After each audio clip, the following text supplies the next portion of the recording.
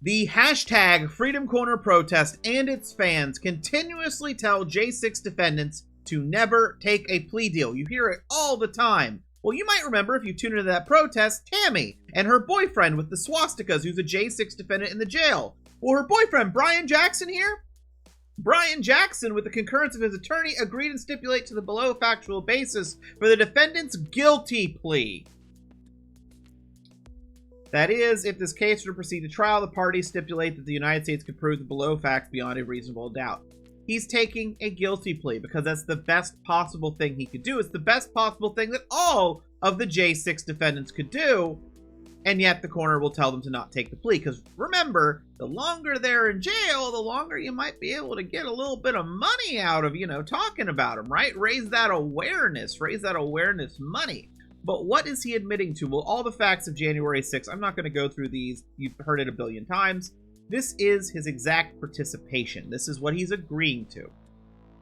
Brian Jackson, the defendant, lives in Katy, Texas. On January 4th, 2021, prior to his traveling to Washington, D.C., he texted the following message. Gonna be a crazy ride tonight. All kind of shit's gonna go down the 6th. They are saying a civil unrest is gonna happen. I can't fucking wait. Going down with my boots on. On January 5th, 2021, defendant traveled from Texas to Washington, D.C. via plane with his co-defendant / brother and a friend. The purpose of the defendant's trip to Washington, D.C. was to protest Congress's certification of the Electoral College. On January 6th, prior to leaving his hotel room to go to the Capitol, Brian Jackson posted on Facebook a photo of himself and his brother consuming hard alcohol. Comments on his post include "Stop the steal" and "Go get 'em, guys." Brian Jackson responded to the later comment saying, "Hell yeah, it's gonna be epic." So he was drunk. At least, unless they're going to claim that he was sober. By the time he got there, he sobered up. But hard alcohol. On January 6th, all three individuals attended the Stop the Steal rally. Later on that afternoon, they went to the Capitol. While on the West Plaza of the U.S. Capitol, they interacted with other rioters. So, little thing to throw in there, right? So he's agreeing to this. So a lot of people are like, it was peaceful, it wasn't a riot. If he's agreeing that they interacted with other rioters, he's agreeing it was a riot and they were rioters. Just going to mention that. While on the West Plaza, Brian Jackson recorded a video, posted it to his Facebook account. In the video, his brother appears to be holding a police riot shield. Brian Jackson can be heard saying, "Adam got a goddamn shield, stole it from the fucking popo."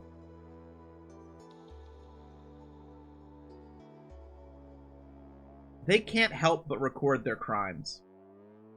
Wow. At about 4 p.m., the trio ascended to the lower west terrace of the Capitol building in a video recorded by Brian Jackson. Another video, great. While they were at that location, his brother makes the following statements to several rioters, heavily outfitted in tactical gear, who were filing by. "Are we going in? We got your back. Let's go. Hey, you know what? If one goes, we all go." Brian Jackson chimes in saying, "We will follow. That's for sure." At about 5 p.m., Brian Jackson was in the midst of a crowd of rioters that had gathered on the Lower West Terrace. He can be seen in various videos wearing a black Harley-Davidson hoodie, bandana, face mask, red Trump toboggan hat, and a cape improvised from a blue Trump flag. At that time and location, police officers, including officers from the USCP and the Metropolitan Police Department, MPD, assembled at the mouth of the Lower West Terrace of the Capitol building at an arched entrance to a passageway that led to the interior of the building, the tunnel. The officers in the tunnel were fending off rioters who were attacking and attempted to enter the Capitol building by way of the entrance. Seconds after his brother rammed the police line at the mouth of the tunnel with a stolen police shield, Brian Jackson, standing on the steps leading to the tunnel entrance, threw a long, light tan-colored flagpole with attached American flag at the officers in the tunnel. What is with MAGA wanting to use flags as weapons? Like it's so common that they use the American flag as a weapon. It's wild. I guess they also use it as a defense, saying they're a patriot too, huh? After the riot in the early evening of January 6th, Brian Jackson sent text messages in which he expressed his pride in regard to having participated in the violence at the Capitol, including the following messages. "Oh shit," a name I'm assuming is blacked out. "You have no idea we just fought those hoe-ass traitor cops." He also said, "We fought hard inside the Capitol. We are soldiers. We fought for America. Today we made history today." He also said, "We love our president and we stood up for America today. Be proud. We did it. Fuck those hoe-ass cops that are traitors. We fucked that Capitol up today." Now, I want you to just take a moment, right? And really let this sink in, right? The government has all this, and he knew the government had all this. And they kept, they do the delays and stuff in the jail. And my theory for a long time has been that a lot of the not taking a plea and then later taking a plea, especially for those incarcerated, is to try to get time served in the DC jail because they know they're going to be treated better there than they were in a prison. And, I mean, this is what he's admitting, right? But the government had this. They had these text messages. How was he going to try to argue in court? I don't see how you could ever try to argue in court. But remember, he's not alone in this either. A lot of other people in J6 filmed their crimes, texted things like this, and then didn't plead guilty. Let's continue. Subsequent to January 6th, Brian Jackson unsent several messages in which he was bragging about his participation in the riot. He also sent multiple messages asking others to delete videos and messages he had sent them. He admitted deleting one of his Facebook accounts because it contained pictures from his participation in the riot. I do wonder if that was other people being like, yeah, I deleted stuff he sent me, but here's my statement, or if this was just an admission by him. Elements of the offense. Parties agree that assaulting, resisting, or impeding certain officers is a violation requires the following elements.